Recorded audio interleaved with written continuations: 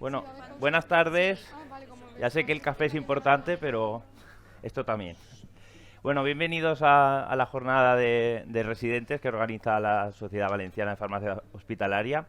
Esta es una jornada que, como sabéis, todos los años tiene mucha importancia dentro de la agenda eventual de la sociedad, puesto que bueno, los residentes pues son el futuro, ¿no? Nosotros hace poco estábamos ahí presentando y ahora estamos aquí. Y nada, pues decir que van a presentar 13 trabajos, ¿vale? 13 residentes que van a presentar 13 trabajos que han elaborado en sus años de residencia y que seguro que van a aportar cosas que podremos coger de como ideas, seguro. Y nada, yo creo que sin más, para no hacerlo más largo y ya que no vamos bien de tiempo, pues empezamos ya con la primera presentación. Alejandro Valcuende Rosique, del Hospital Universitario La Ribera, que nos va a presentar el trabajo Relación entre la toxicidad a la inmunoterapia y la respuesta al tratamiento en pacientes con carcinoma de pulmón no microcítico. Recordaros que tenéis 7 minutos improrrogables y que también pediros que cuando le toque el siguiente en la lista vengan aquí y se microfone pues a lo largo de la charla del anterior, ¿vale? Para que esté preparado.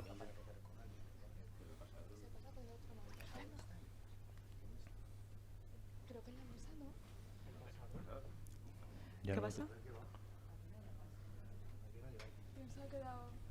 ¿Está por ahí? Empezamos bien. No. ¿No? Posiblemente. Sí. ¿Se lo han llevado? ¿En serio? Igual sí. Bueno, problemas del directo. Vale, no, sí, en principio con... vale. Al pasar el servicio. Vale, pues Pues entonces vaya. ahora. Ya está ahí. Con esto no contábamos.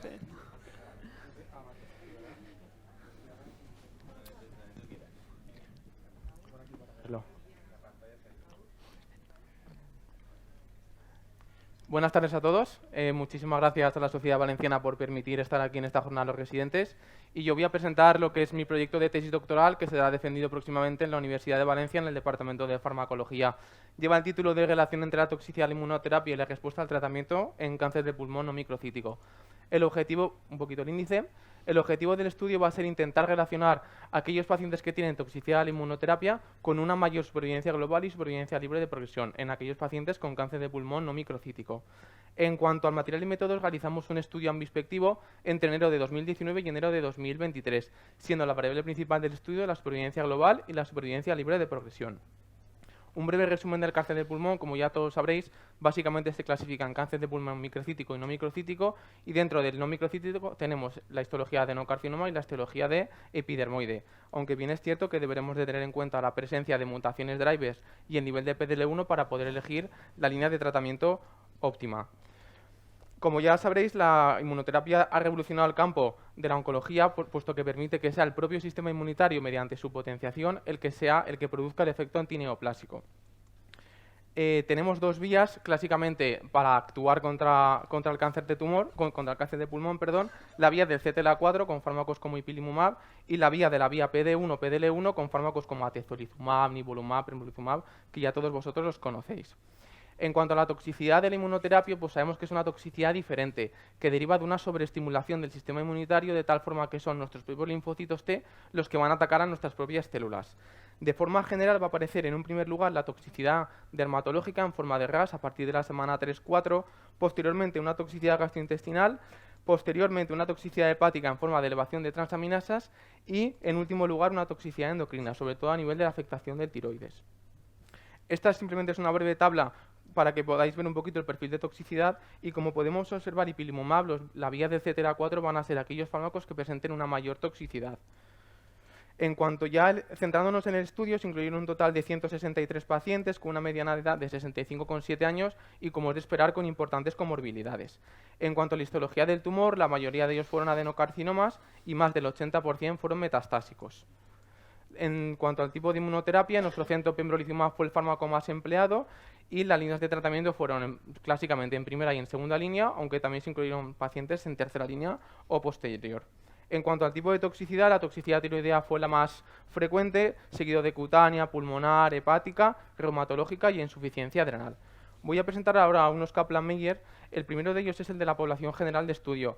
La curva azul hace referencia a los pacientes con toxicidad y la curva roja a los pacientes sin toxicidad. La gráfica de la izquierda, supervivencia global, y la de la derecha, libre de progresión. Y como podemos observar, pues se obtienen unas supervivencias estadísticamente significativas con unos hazard ratio muy potentes de 0,28 y 0,27 a favor del grupo de pacientes que presentaron toxicidad. Si nos fijamos ya en un análisis por subtipo de toxicidad, he puesto la curva azul que hace referencia en este caso a la toxicidad de clase, la dermatológica, la curva verde para que podáis ver en comparación con otras toxicidades cómo va variando y la curva roja que hace referencia a los pacientes que no tienen toxicidad. Y de nuevo podemos observar una supervivencia muy prolongada en aquellos pacientes que van a tener toxicidad en comparación con aquellos que no. En cuanto a la toxicidad endocrina, lo he clasificado por un lado en la toxicidad tiroidea, la más frecuente en nuestro estudio, y la toxicidad en forma de insuficiencia renal. Y en ambas de ellas, a fecha fin de estudio, la mediana de supervivencia global no se alcanzó en aquellos pacientes que presentaron toxicidad. Por supuesto, en aquellos pacientes que no presentaron toxicidad, presentaron medianas muy inferiores. En cuanto a la toxicidad hepática, ni la toxicidad hepática ni la siguiente que os presento, la toxicidad pulmonar, alcanzaron medianas de supervivencia global ni mediana de libre de progresión en aquellos pacientes que presentaron tanto toxicidad pulmonar como toxicidad hepática. Por lo tanto, un muy buen factor pronóstico y además con hazard ratio de 0,25 y de 0,31. En cuanto a la toxicidad gastrointestinal, sí que existieron medianas superiores tanto de global como de libre de progresión, pero no fueron las diferencias estadísticamente significativas, aunque creemos que es debido al limitado tamaño muestral. Por último, la toxicidad reumatológica en forma de artralgias y mialgias sí que permitió diferenciar a aquellos pacientes con este tipo de toxicidad como un subtipo de pacientes que van a presentar medianas muy prolongadas, tanto de libre de progresión como de supervivencia global. El siguiente gráfico clasificamos los pacientes en función del nivel en función de los órganos afectados, de tal forma que 0 órganos afectados no toxicidad, 1, 2 y 3 o más. Y como pueden observar, a medida que van aumentando el nivel de órganos afectados, mayores medianas de supervivencia. En cuanto a la gravedad de efectos adversos, no existieron diferencias significativas entre pacientes con gravedad 1 o 2 versus pacientes con gravedad 3. Y este Kaplan-Meier, que creo que sí que es importante de cara a nuestro papel en la consulta de farmacia, los pacientes los clasificamos, los que tuvieron toxicidad, entre aquellos que suspendieron tratamiento y aquellos que no suspendieron tratamiento, de tal forma que no existieron diferencias significativas. Por lo tanto, en la consulta de farmacia, los pacientes que han suspendido tratamiento con toxicidad y que anímicamente o mentalmente no van a estar en sus mejores condiciones, pues objetivamente les podemos decir que sus medianas no van a ser inferiores a los pacientes que continúan con tratamiento. Esto simplemente es una serie de metaanálisis cuyos resultados están en línea con los nuestros, un poquito el p-valor, existe un debate entre patobiliar y biliar y que van en línea con nuestras conclusiones, que son las siguientes. Los pacientes con toxicidad a la inmunoterapia han presentado medianas de supervivencia global y de supervivencia libre de progresión superiores. Existe evidencia suficiente como para poder afirmar que la toxicidad dermatológica, endocrina, gastrointestinal y reumatológica va a presentar un beneficio.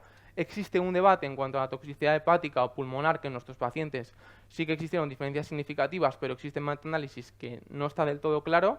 Y por último, existen otras toxicidades como la renal o la pericárdica que ya se han asociado como factores de mal pronóstico. Y esto es todo. Muchísimas gracias. Bueno, muchas gracias, Alejandro. Te has adaptado muy bien al tiempo y Gracias. muy buena exposición. A ver, ¿hay alguna pregunta en la sala? ¿No? Bueno, a mí me llama la atención, ¿no?, que te pregunto cómo justificarías tú que esa toxicidad se viera relacionado con una mayor supervivencia. No sé.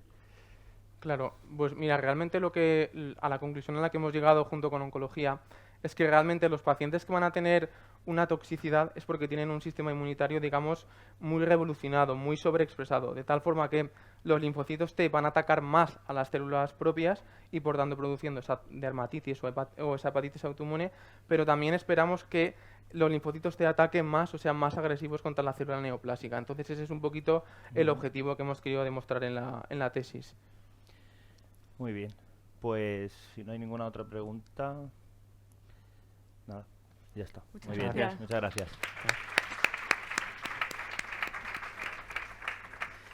Muy bien, a continuación, nuestra siguiente ponente es Roser Olives. Viene del Hospital General Universitario de Valencia y su trabajo se titula Búsqueda de tratamientos que atenúan el exceso de inflamación respiratoria en pacientes con COVID-19. Papel del inflamasoma.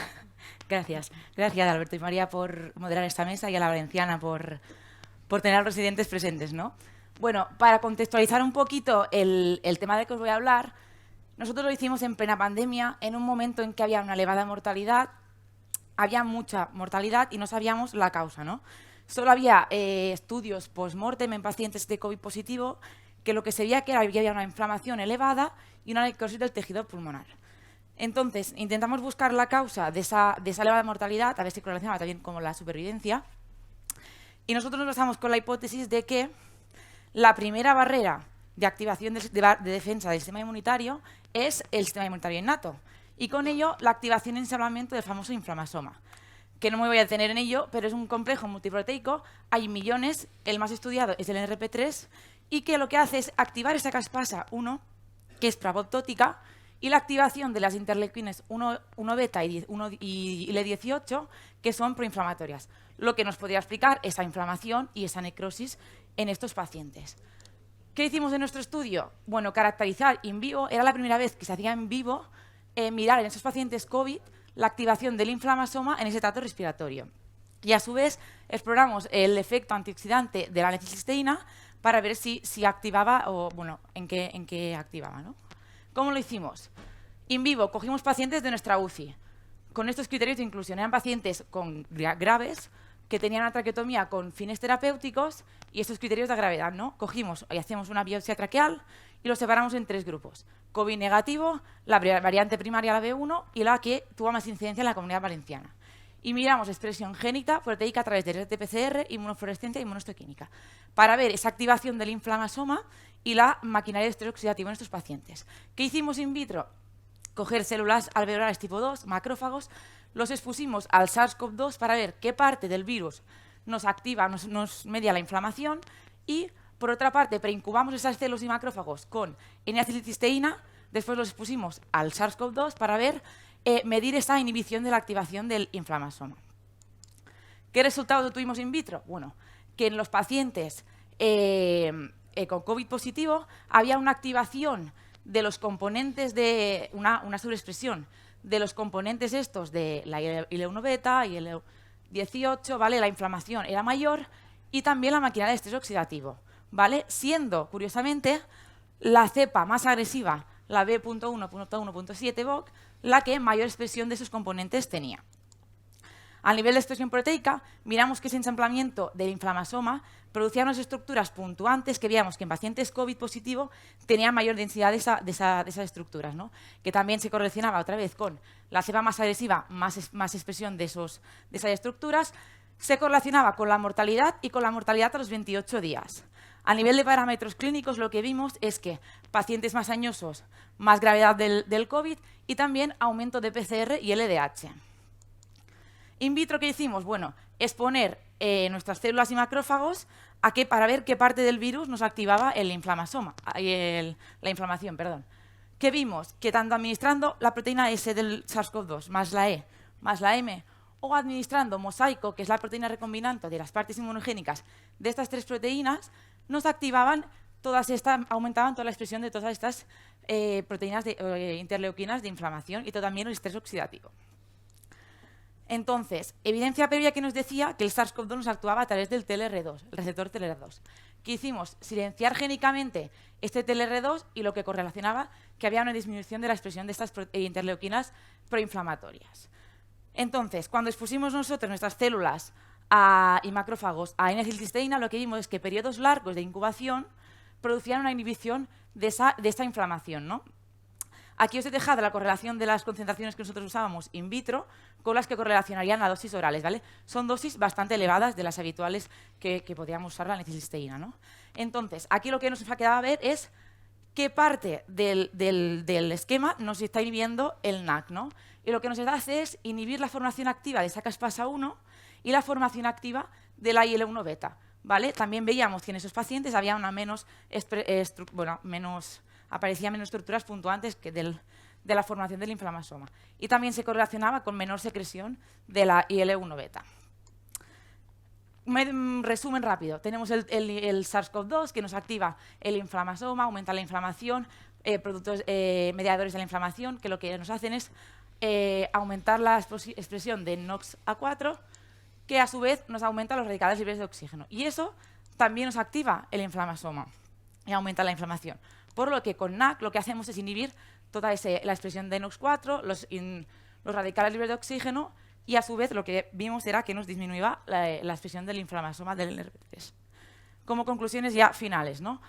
Es la primera vez que se ha visto en vivo que en pacientes COVID positiva hay una sobreexpresión de los componentes y productos de activación del inflamasoma y también de la maquinaria de estrés oxidativo, y que se correlaciona con la gravedad y con la mortalidad, ¿no? Y casualmente la cepa más agresiva es la que mayor expresión de esos componentes tenemos. ¿Qué vimos in vitro? Pues lo que decía la evidencia, que SARS-CoV-2 nos activa el inflamasoma y la maquinaria de estrés oxidativo a través del TLR2, y que Mosaico, que es esa proteína recombinante con las partes inmunogénicas de S e I M del SARS, nos activa el inflamasoma, la inflamación y el estrés oxidativo, lo que podría explicar los efectos inmunogénicos notificados de las vacunas del SARS-CoV-2, ¿no? Y que pretratamientos crónicos contra pretratamientos agudos no se ha visto que inhiba esa sobreinflamación, ¿no? Pero pretratamientos crónicos con dosis elevadas de N-acetilcisteína sí que nos inhibirían esa inflamación. Y dos preguntas que deja un poco al aire que nos podríamos plantear es: ¿podría ser útil, claro, esto en el contexto en el momento en que hicimos el estudio, ¿no? ¿Podría ser útil la estrategia de pretratamiento con N-acetilcisteína en pacientes COVID al ingreso? ¿O podría ser útil un pretratamiento con N-acetilcisteína antes de administrar la vacuna para reducir los efectos inmunogénicos de estas vacunas? Esa es mi bibliografía y muchas gracias por vuestra atención.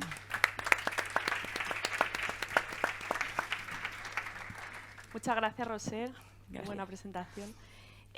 Dices que planteabais estas preguntas, ¿no? Como al inicio del estudio. Y ahora actualmente, ¿qué Claro, nosotros hicimos el estudio en plena pandemia, cuando había miles de estudios, ¿no?, que se estaban mirando a ver qué era lo que producía esta elevada mortalidad. Actualmente la administración de N-acetilcisteína podría ser en pacientes que van a ser vacunados con ciertos criterios de gravedad, ¿no? Administrar normalmente, nosotros lo que vimos in vitro es que producía esa inhibición a esas dosis cuando preincubamos con N-acetilcisteína más o menos 6 días, ¿vale? Y actualmente, paciente ingresado no tendría utilidad, ¿no? Sería un paciente que va a su centro de salud, le detectan el COVID y le puedes dar N-acetilcisteína para evitar ingresos. Es verdad que hay estudios, algunos en fase 2, ensayos, que sí que miran esa reducción de la hospitalización en esos pacientes, ¿no?, que acuden al centro de salud con COVID, no tienen criterios de ingreso y se les da N-acetilcisteína para ver un poco si se reduce esa hospitalización en esos pacientes. Sería esa utilidad. En pacientes ya graves, COVID, ya no serviría de mucho. ¿Vale? Muy bien. Muchas gracias, Roser. Gracias. Gracias. Muy bien, pues Gracias. continuamos con el siguiente residente, Abraham González Mateo, del Hospital Arnau de Vilanova, que nos va a presentar el trabajo llamado Monitorización farmacocinética de clozapina en paciente con esquizofrenia. Cuando quieras. Sí. No sé si me... Ahora sí, ahora. a ver si que se me escucha. Así me escucha, perfecto. Bueno, ¿empiezo? Vale. Buenas tardes a todos, muchas gracias por estar aquí. Soy Abraham González, residente del Hospital Arnau de Vilanova, Llíria, y el tema de la exposición de hoy es la monitorización farmacocinética de clozapina en pacientes con esquizofrenia. Bueno, la clozapina ha resultado ser un fármaco muy efectivo en el tratamiento de esquizofrenia en resistencia a tratamientos previos, y se trata de un fármaco con intervalo terapéutico estrecho. Además, posee una alta variabilidad intra e interindividual en los niveles plasmáticos. Las guías de consenso sobre monitorización farmacocinética de fármacos antipsicóticos elaboradas por el grupo experto alemán de farmacopsiquiatría establecen un grado de recomendación 1. ¿Qué quiere decir esto? Pues que es crucial la determinación rutinaria de los niveles de clozapina para que nuestros pacientes reciban una dosis segura y efectiva. Bueno, ¿qué justifica la monitorización de clozapina? Pues esta alta variabilidad tanto intra como interindividual, que viene determinada por diversos factores, como pueden ser los factores farmacocinéticos propios de cada paciente, el hábito del tabaco, sobre todo pacientes que estén en deshabituación tabáquica, la adherencia y el cumplimiento del tratamiento por parte de nuestros pacientes, el polimorfismo genético y la interacción con otros fármacos. Todos estos ítems que he mencionado se podrían traducir en nuestros pacientes en una pérdida de eficacia del tratamiento, un aumento de las reacciones adversas o incluso llegar a tener niveles en concentraciones plasmáticas tóxicos. ¿Y cuáles son los objetivos de este trabajo que hemos hecho? Pues el principal sería que justificar la monitorización rutinaria por parte de los servicios de farmacia y examinar la aplicación de la monitorización de clozapina en la determinación de la dosis diaria, estableciendo un ratio concentración-dosis según las variables que hemos recogido, pero sobre todo las variables como el hábito tabáquico, el sexo y el tratamiento concomitante de nuestros pacientes. Se trata, pues, de un estudio observacional retrospectivo en el que nuestro pool de pacientes son pacientes que se les ha realizado al menos una determinación farmacocinética de clozapina durante el año 2023 hasta abril del año 2024. Recogimos multitud de variables, aunque las más importantes que recogimos fueron las concentraciones plasmáticas, las dosis diarias de nuestros pacientes, el hábito tabáquico, el tratamiento concomitante y la relación concentración-dosis de clozapina. ¿Y qué es este ratio concentración-dosis de clozapina? Pues es la relación que hay entre las concentraciones plasmáticas de clozapina y la dosis total administrada a nuestros pacientes. Este ratio concentración-dosis nos ayuda a entender en cómo se traduce la dosis total de clozapina administrada a nuestros pacientes en cuanto a los niveles plasmáticos alcanzados. Y muy importante también, cuando establecemos un ratio concentración-dosis, nos da una idea del aclaramiento plasmático de clozapina de cada uno de nuestros pacientes. En cuanto a los resultados obtenidos, realizamos un total de 248 determinaciones durante todo este tiempo en 91 pacientes. La mayoría de pacientes eran varones fumadores, aunque dentro del subgrupo de mujeres, la mayoría de mujeres eran no fumadoras. Los resultados que obtenimos fueron, en cuanto a dosis total, prácticamente no habían diferencias entre mujeres fumadoras y no fumadoras y hombres fumadores y no fumadores. Sí que observamos una mediana ligeramente superior en el grupo de fumadoras y la mediana es igual en el grupo de hombres, tanto fumadores como no fumadores. Aunque las dosis totales de clozapina son prácticamente iguales en ambos grupos de fumadores y no fumadores, en la siguiente diapositiva sí que vemos que las concentraciones plasmáticas se reducen en ambos grupos, tanto de mujeres fumadoras como de hombres desfumadores. Esto nos da una idea del impacto del hábito tabaco en el aclaramiento de clozapina.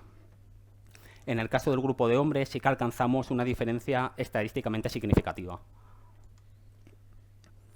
Y en cuanto al ratio concentración-dosis de clozapina, nuestros resultados sí que concuerdan con la bibliografía consultada. Nosotros consultamos la Guía Internacional para una dosificación más segura de clozapina y, como podemos observar, nuestros pacientes, tanto mujeres fumadoras como hombres fumadores, exhibían unos ratios de dosis concentración de clozapina menores. ¿Qué quiere decir esto? Que pacientes fumadores tienen un mayor aclaramiento de clozapina y es muy importante siempre recalcarle al psiquiatra responsable de nuestros pacientes que hagan un registro exhaustivo del hábito tabáquico de nuestros pacientes, porque en el caso de que nuestro paciente deje de fumar, este ratio concentración-dosis puede aumentar y nuestro paciente a una misma dosis puede llegar a alcanzar concentraciones tóxicas de clozapina en sangre.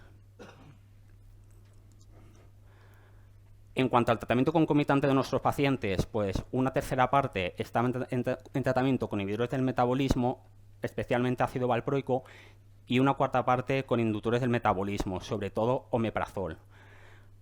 ¿Dónde vimos realmente una diferencia en estos ratios de concentración-dosis de clozapina? Pacientes que estaban en tratamiento con fluvoxamina. Como podéis comprobar, pacientes que están en tratamiento con fluvoxamina, este ratio concentración-dosis de fluvoxamina se dispara, lo cual quiere decir que disminuye mucho el aclaramiento del fármaco en estos pacientes.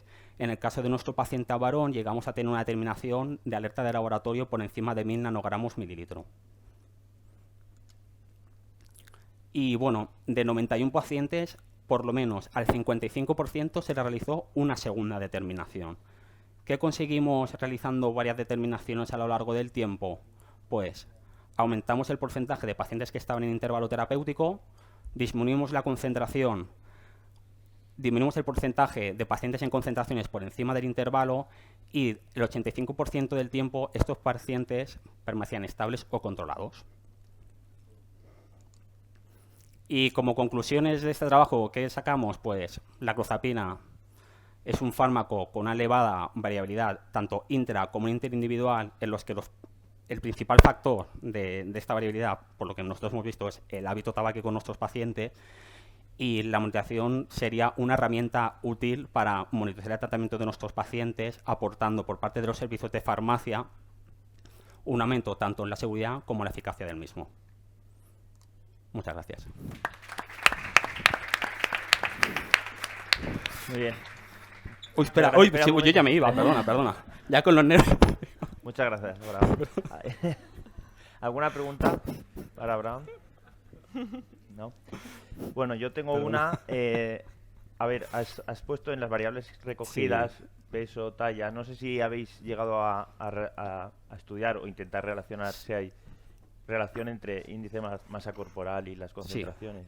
Sí. A ver, pues la bibliografía que fuimos consultando, pues sí que se veía que los pacientes con un IMC por encima de 30, que son pacientes con sobrepeso, pues este extra de lípidos en el cuerpo, de grasa, pues podía actuar como reservorio de la clozapina, y en este tipo de pacientes, según la bibliografía que estuvimos consultando, sí que es verdad, porque este ratio concentración-dosis aumenta. Entonces, a menor dosis de clozapina se consiguen mayores concentraciones plasmáticas, pero en nuestro caso sí que es verdad que muchos pacientes, pues ya por los mismos tratamientos que tienen, antipsicóticos, pues sí que tienden al sobrepeso. No teníamos una muestra muy grande de pacientes con un IMC por encima de 30 y no vimos una relación clara en los datos recogidos de pacientes con un IMC por encima de 30, se dispara el ratio concentración-dosis de clozapina. Muy bien. Pues nada, ¿alguien tiene alguna pregunta? Pues nada, gracias, Abraham.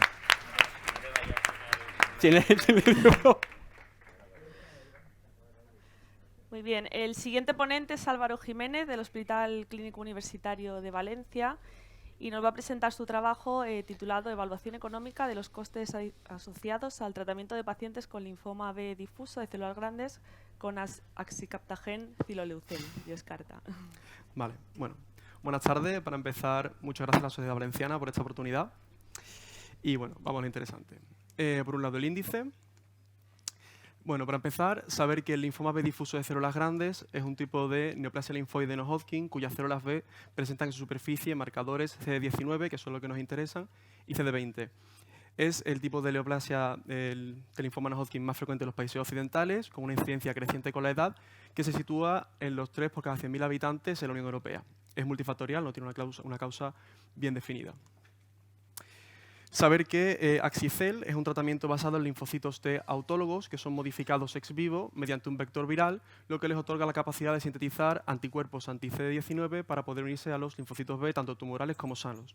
Es un tratamiento de tercera línea que está reservado para aquellos pacientes que hayan fracasado 2 tratamientos previos y como efectos adversos de especial interés mencionaremos la neutropenia, síndrome de liberación de citoquinas, neurotoxicidad y las infecciones. Como objetivos del tratamiento tenemos estimar los costes directos sanitarios de este tratamiento, estimar el coste marginal por unidad de efectividad, expresar la efectividad como éxito del tratamiento y conocer el tamaño de muestra necesario para dar validez a este estudio piloto. Se trata de un estudio retrospectivo observacional basado en la revisión de las historias clínicas y las prescripciones electrónicas de los pacientes seleccionados en el periodo comprendido entre octubre de 2022 y abril de 2024 en el Hospital Clínico Universitario de Valencia. ¿Cómo lo hicimos? Bueno, por un lado recogimos como variables de efectividad los meses de remisión hasta la recaída o éxitos de los pacientes, como variables de seguridad el número de complicaciones producidas durante el ingreso, así como el padecimiento de neutropenia, síndrome de liberación de citoquinas, infecciones o neurotoxicidad. Llevamos a cabo una identificación de los recursos utilizados de acuerdo a lo recogido en la guía de evaluación económica de medicamentos del Ministerio de Sanidad y la ley de tasas. Algunos de estos recursos fueron el número de estancias por paciente, pruebas de laboratorio llevadas a cabo, así como toda la medicación dispensada tanto en el hospital como en la oficina de farmacia, entre otras. Posteriormente se cuantificaron los costes asociados a estos recursos utilizados según lo recogido en la ley de tasas, utilizando el precio medio coste y el PVP masiva en el caso de la medicación de oficina de farmacia. Y tener en cuenta algo importante, y es que según el pago por resultados consideramos el 50% del precio medio coste para aquellos pacientes que en la fecha de finalización del estudio habían presentado recaído exitus y para los cuales no habían pasado 18 meses, y el 100% del precio medio coste para aquellos pacientes que se encontraban en remisión al final del estudio independientemente del tiempo que hubiese pasado. ¿Qué es lo que obtuvimos? Como resultados de efectividad, bueno, saber que incluimos 10 pacientes, de estos 10 pacientes 5 eran mujeres, con una mediana edad de unos 56 años. A la izquierda tenemos un diagrama de sectores circular en el que se representa la proporción de pacientes que habían presentado remisión para la fecha de finalización del estudio. 5 se encontraban en remisión completa, 4 habían presentado exitus y 1 se encontraba en progresión. A la derecha, la curva de Kaplan-Meier, en el que se observa la supervivencia con una media de unos 10 meses, sin llegar a alcanzarse la mediana en ningún momento. En cuanto a resultados de seguridad, todos los pacientes presentaron síndrome de liberación de citoquinas, neutropenia, 8 de los 10 presentaron neurotoxicidad y 7 infecciones. Ahora bien, ¿cuánto nos cuesta el ingreso de un paciente que va a ser tratado con células CAR-T? Pues de media en nuestro estudio tuvimos unos 26.000 euros por paciente, correspondiendo de estos 26.000 euros, un 30% a pruebas de laboratorio, necesarias tanto para monitorizar al paciente como el propio tratamiento, otro 30% más o menos para las estancias y en torno a un 15% de toda la medicación administrada durante este ingreso. Los costes directos, desde el momento en el que se considera el tratamiento con células CAR-T hasta que se finaliza el seguimiento de estos pacientes, ronda de media en unos 45.000 euros. De estos 45.000, un 10% corresponde a los gastos previos al ingreso, un 60% son esos 26.000 que hablamos antes, y un 30% son los costes a posteriori de la monitorización de los pacientes y el seguimiento de ellos.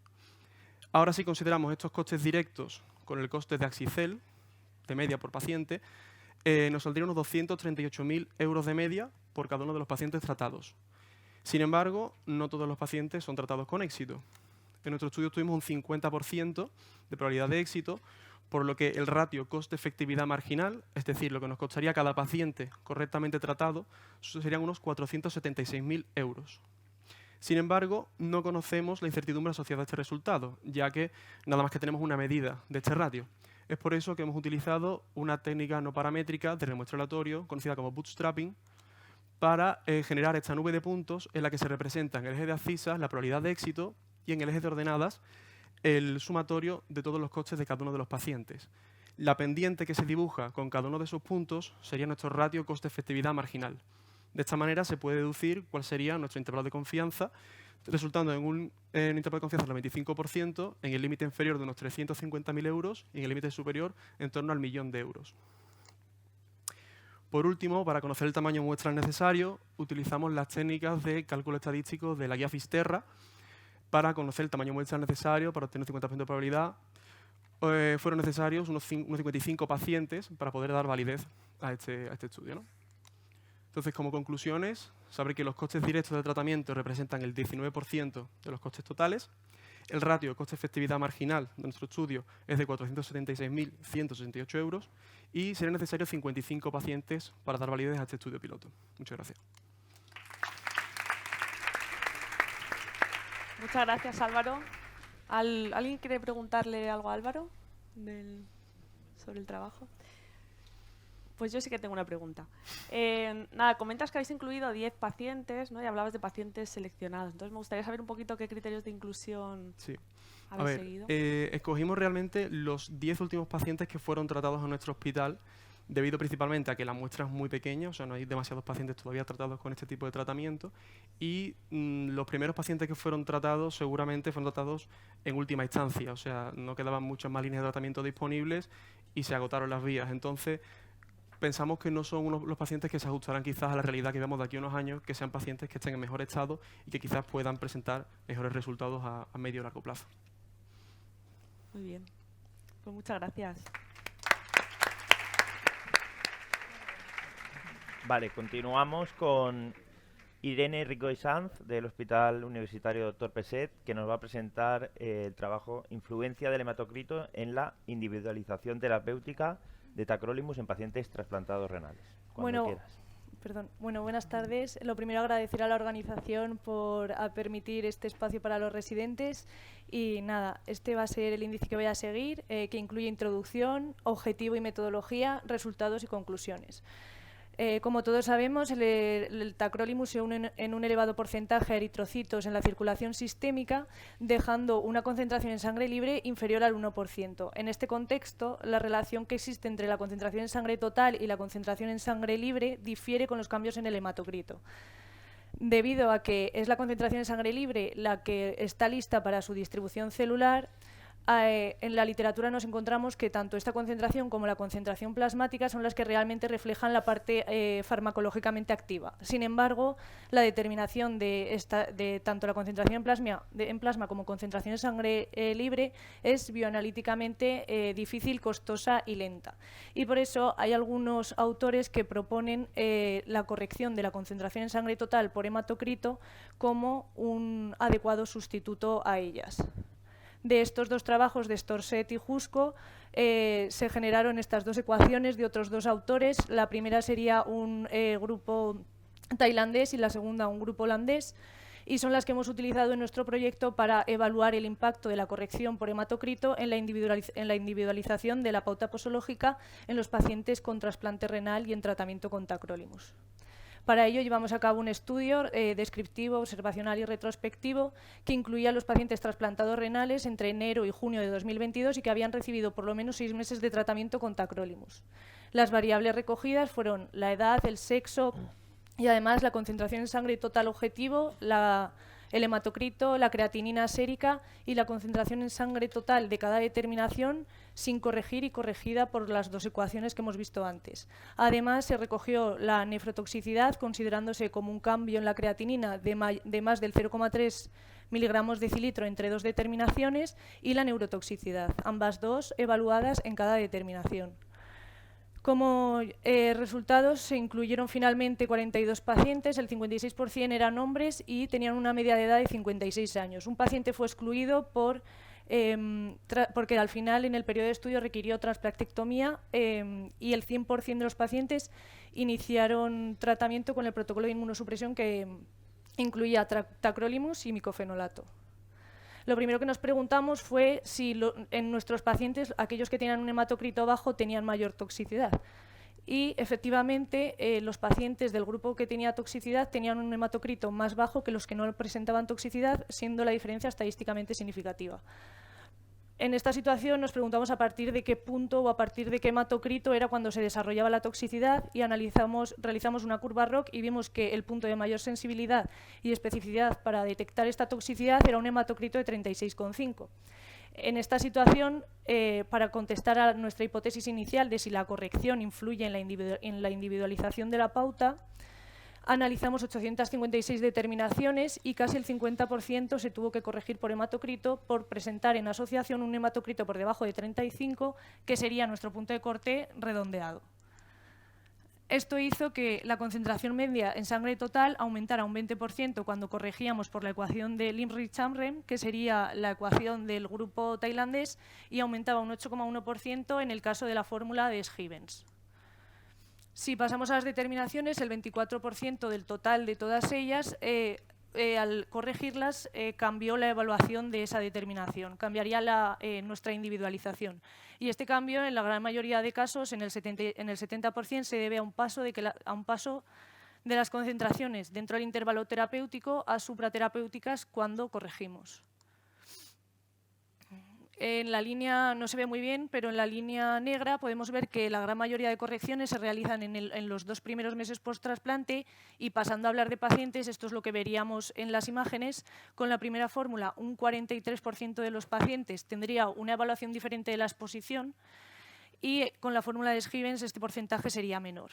Si esto lo comparamos en vez de con los 2 primeros meses post-trasplante con los meses siguientes del tercer, cuarto, quinto y sexto mes, el porcentaje disminuye, porque también disminuye el porcentaje de determinaciones que se corrigen por hematocrito.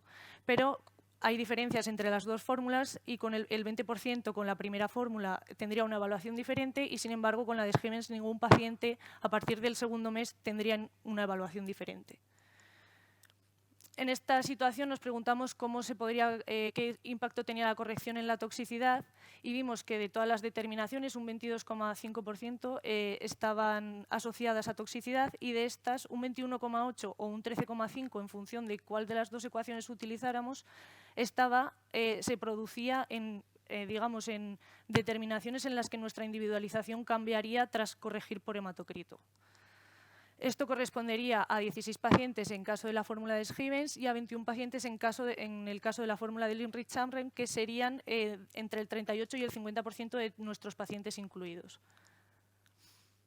Pasando en la línea temporal, podemos ver que la toxicidad se produce sobre todo en los 2 primeros meses y cuando nos fuimos a evaluar esta toxicidad vimos que la ecuación que mayor valor predictivo positivo y negativo tenía era la de Schivens, produciendo un pequeño aumento en esos valores. Como limitaciones, sobre todo, destacar la evaluación de la toxicidad que se realizó en cada determinación, sobre todo en el caso de la neurotoxicidad, por lo tanto, hay cierta toxicidad que podemos no haber detectado. Y nada, como conclusión es decir que, como hemos visto, la corrección por hematocrito se produce sobre todo en el primer y en el segundo mes post-trasplante, que esta corrección afectaría hasta el 92,8% de los pacientes en al menos alguna determinación, la gran mayoría por paso de concentraciones normoterapéuticas a supraterapéuticas tras la corrección, y decir que la ecuación que nos permite detectar la toxicidad y así como descartarla es la de Schivens.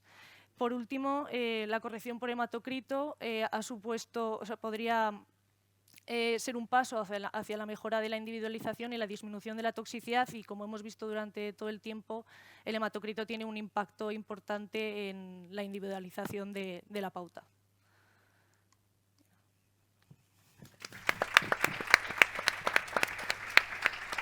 Muy bien, muchas gracias, Irene. ¿Alguna pregunta? No. Bueno, a ver, ¿habéis visto reducción en la toxicidad desde la implantación? Eso todavía nos falta, sería el siguiente paso, ver si hay diferencias entre ahora que lo aplicamos un poco para la ayuda a la toma de decisiones con la fase posterior, o sea, la fase pre con la fase post. Y también ver si coincide, o sea, si logramos que nuestras recomendaciones coincidan también con las recomendaciones que haría el clínico, que haría en este caso el nefrólogo, o sea, intentar ayudarle a esa toma de decisiones. Muy bien. ¿Alguna pregunta? Pues nada. Muchas gracias. Muchas gracias.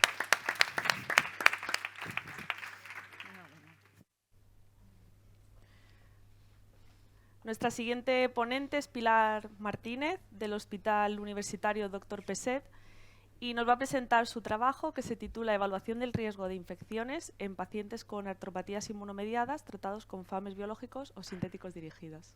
Gracias.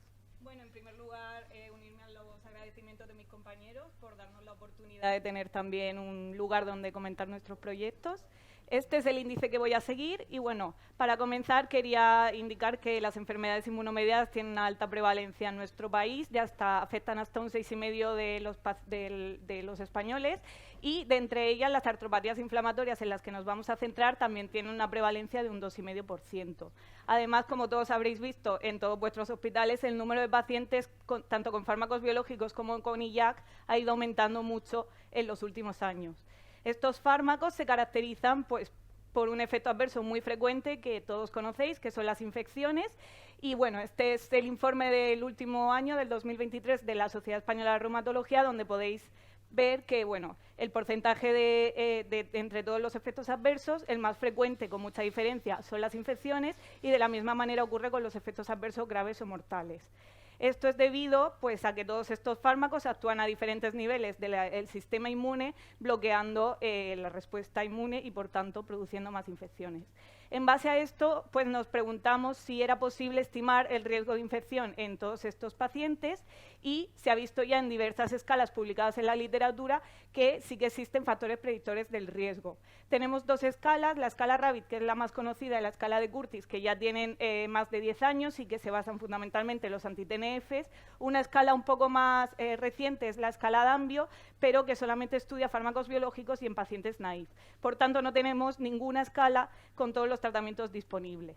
En base a eso, el objetivo de nuestro estudio fue elaborar una escala de riesgo de infecciones en pacientes con artropatías inflamatorias en tratamiento con fármacos biológicos o IACs.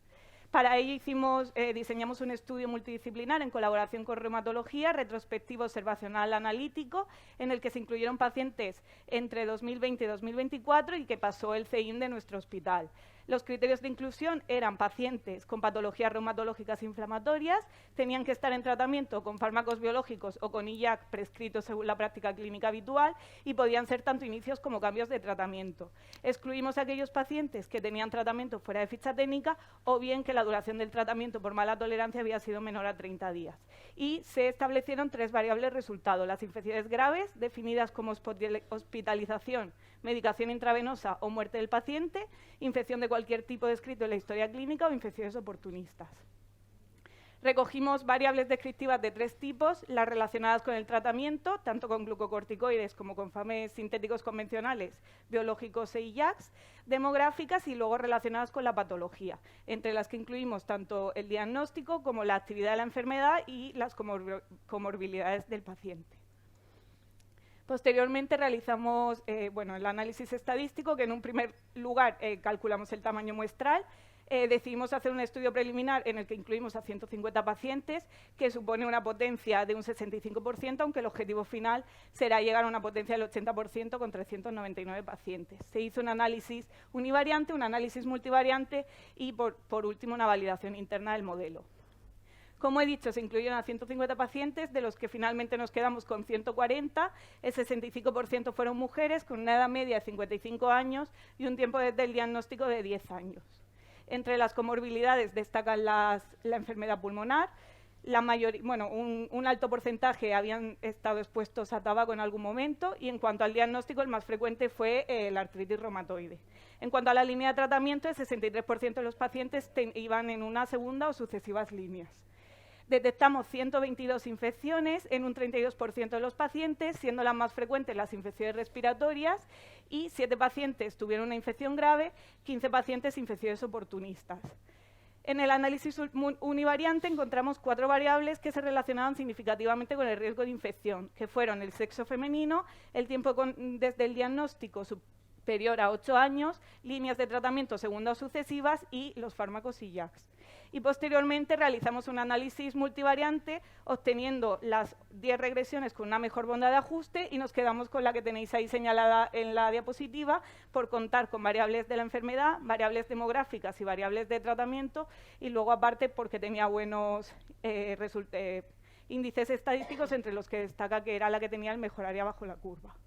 Realizamos la regresión de Poisson y obtuvimos la ecuación que podéis observar en la diapositiva, que posteriormente simplificamos a la segunda, en la que el riesgo de infecciones se multiplica por 2 en mujeres, por 1,5 si el IMC es mayor de 30, por 1,2 si lleva tratamiento con IAC y por 1,5 si han pasado más de 8 años desde el diagnóstico.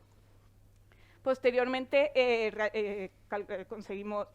sacamos la curva ROC con un área bajo la curva de 0,65 y con un punto de corte para obtener la mejor sensibilidad y especificidad de 0,85. Y de esta forma nuestra ecuación tenía una sensibilidad del 70%, una especificidad del 56% y un valor predictivo positivo del 61 y predictivo positivo del 66.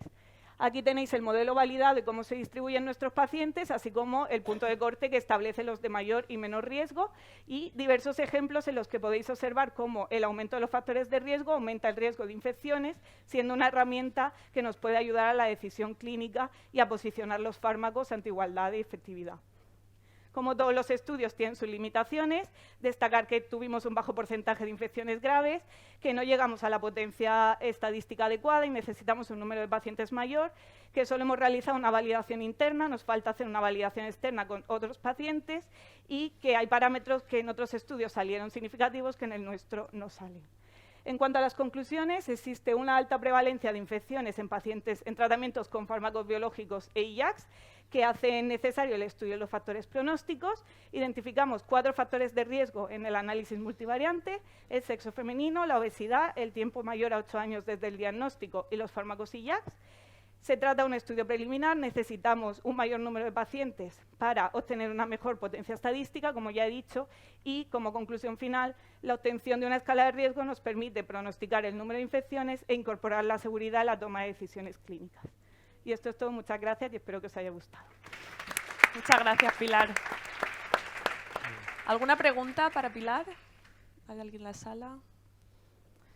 Bueno, Pilar, ¿y ahora qué? O sea, ¿el proyecto va a continuar? ¿Continuaréis incluyendo pacientes para aumentar la potencia? O... Sí, a ver, nuestro objetivo principal sería, bueno, primero obtener la potencia del 80% para detectar otros factores que puedan ser también significativos, llegando a los 400 pacientes, y luego también poder detectar aquellos factores pronósticos de infecciones graves que al final son las más significativas. Y, por último, pues hacer también la validación externa con pacientes diferentes y a ver si podemos aumentar un poquito todavía más la sensibilidad y especificidad del modelo. Muy bien. Muchas gracias.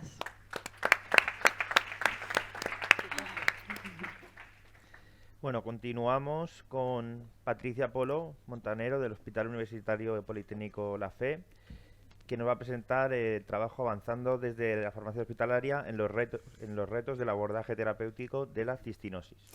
Bueno, lo primero, muchas gracias a la Sociedad Valenciana por invitarnos a todos los residentes y voy a comenzar mi trabajo explicando en qué consiste la cistinosis y cómo se trata. Esta se debe, es una enfermedad ultra rara que consiste a una mutación bialélica en el gen que codifica el transportador cistinosina.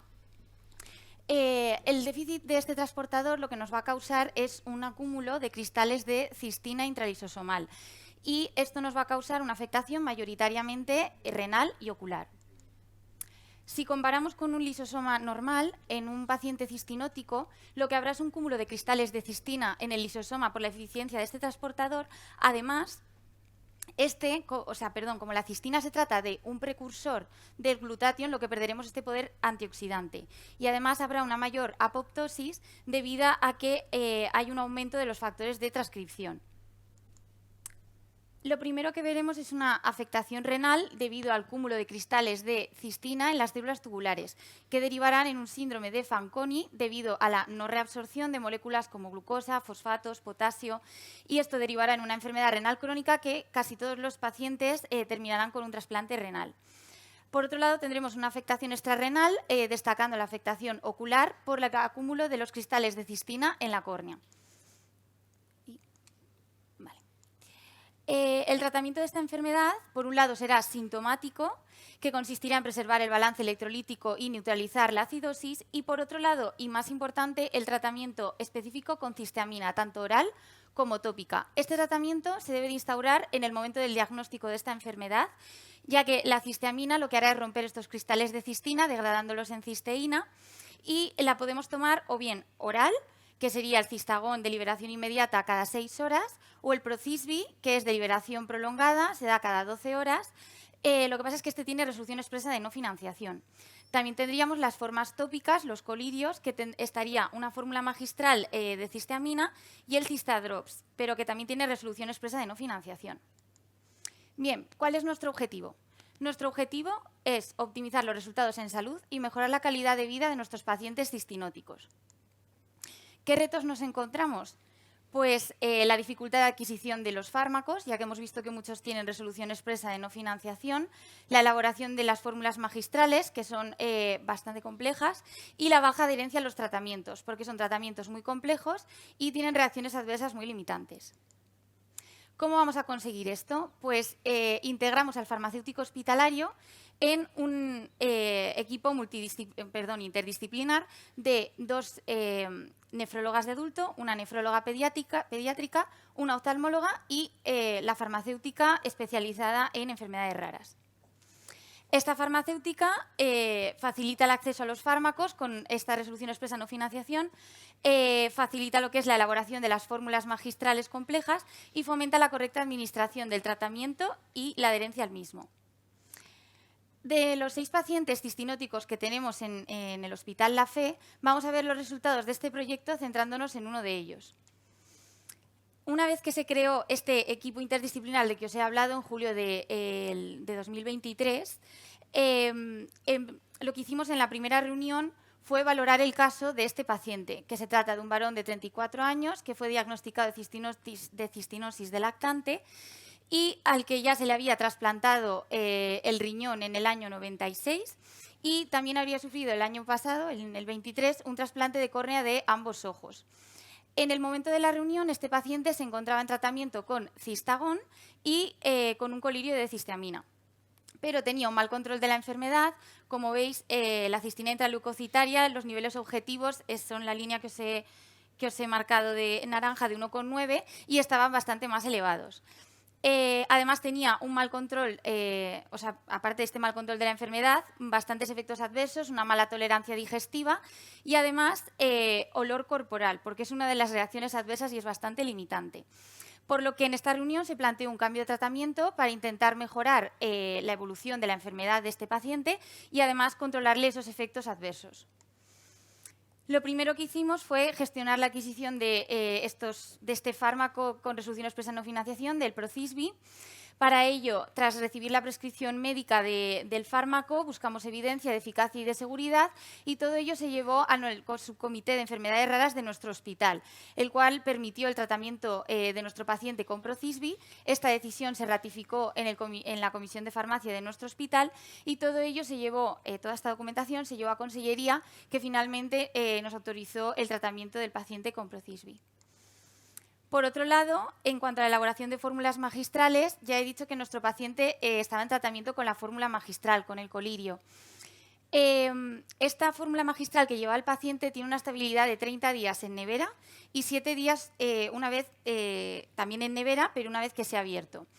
Lo que fuimos viendo es que día tras día iba perdiendo eficacia este colirio, aunque estuviese en nevera, por lo que buscando la nueva evidencia disponible, empezamos a elaborar monodosis congeladas. Estas monodosis son estables 30 días congeladas y una vez se descongela cada monodosis tiene una estabilidad de 16 horas a temperatura ambiente, siendo muy importante la coordinación de la elaboración con la dispensación de estas. Y por último, se realiza la atención farmacéutica a este paciente por parte de nuestra farmacéutica especializada en enfermedades raras. Lo primero que hace es seguir la monitorización de esta cistina intraleucocitaria para ver si alcanzamos el objetivo de 1,9. Por otro lado, se fomenta la correcta administración y adherencia al tratamiento. Se explica cómo tomar el Procisbi, porque bueno, puede parecer una tontería y aunque este sea de liberación retardada y se puede dar cada 12 horas, es 1 gramo cada 12 horas. Son 12 cápsulas que se tiene que tomar este paciente cada 12 horas. Entonces, pues bueno, se puede facilitar mucho la vida si al menos puede abrir esas cápsulas, tomárselas aunque sean un zumo de naranja y todo de golpe. Además, se le comenta que se absorbe mucho mejor si se da con bebidas ácidas o alimentos más ácidos y si se lo toma en ayuno. Y para administrarse las gotas, estas tienen que ponerse 4 veces al día durante la vigilia y se le explica esta estabilidad de que una vez descongele la monodosis puede llevarla a temperatura ambiente 16 horas, porque de la otra manera tenía que ir con la nevera todo el rato, con las anteriores. Toda esta información se le da tanto oral como escrita y se resuelve cualquier duda que pueda tener el paciente. Y bueno, ya como conclusión, la cistinosis es esta enfermedad ultra rara en la que hay que empezar el tratamiento con cisteamina tanto oral como tópica en cuanto se diagnostica y además trataremos la afectación tanto renal como extrarrenal. El objetivo propuesto fue abordar estos retos existentes para optimizar los resultados en salud y mejorar la calidad de vida de nuestros pacientes. La integración de la farmacéutica especializada en enfermedades raras es muy importante porque ha permitido facilitar el acceso a fármacos de resolución expresa de no financiación, mejorar la elaboración de fórmulas magistrales y fomentar la correcta administración y adherencia a los tratamientos. Y ya por último, desde el servicio de farmacia de nuestro hospital La Fe, consideramos muy necesario trabajar en conjunto con nefrólogos y oftalmólogos para mejorar la adherencia de los pacientes, evaluar los resultados en salud de los tratamientos y así conseguir más evidencia para estos fármacos que tienen esa resolución expresa no financiación y que nos permitan poder seguir obteniéndolos. Y ya está, muchas gracias. Muchas gracias, Patricia. ¿Alguna pregunta para Patricia? No. Bueno, ¿por qué crees que tienen tan poca adherencia estos pacientes al tratamiento? ¿Por qué? Pues bueno, es por varios factores. Lo primero es porque muchos de estos pacientes no son conscientes de la gravedad de su enfermedad, dado que en principio se encuentran bien. Estos cristales no les empiezan a dar síntomas mientras se acumulan, pero es muy grave porque pueden terminar con ceguera si no se empiezan a tratar y además con un trasplante renal. Luego, por otro lado, tienen reacciones adversas que son muy limitantes porque al final la cisteamina en su metabolización da lugar a compuestos sulfurados volátiles que da ese mal olor que es muy limitante para los pacientes. Con el Procisbi se consigue que al ser cada 12 horas, pues al menos una de las tomas es por la noche y pues te evitas algo. Y luego, además, por todos estos, o sea, por todo lo que hemos comentado de la falta de información de muchos medicamentos que hace que sea tan difícil que los puedan conseguir. Muy bien. ¿No hay más preguntas? Bueno, pues muy bien. Muchas gracias. Ahora nos devuelve Raúl el café, ¿no? Que había y hay 10 minutos de... Aquí pone 15, pero 10. Porque si no, no nos da tiempo. Sí. A las 7 en punto... Estamos aquí de vuelta. Aquí. Sí, el siguiente, Andrés, que se venga a microfonar por lo menos él y Vicente. Sí, los siguientes. Sí, ya. Los siguientes residentes. Perfecto. Ahora, Hemos hemos recortado.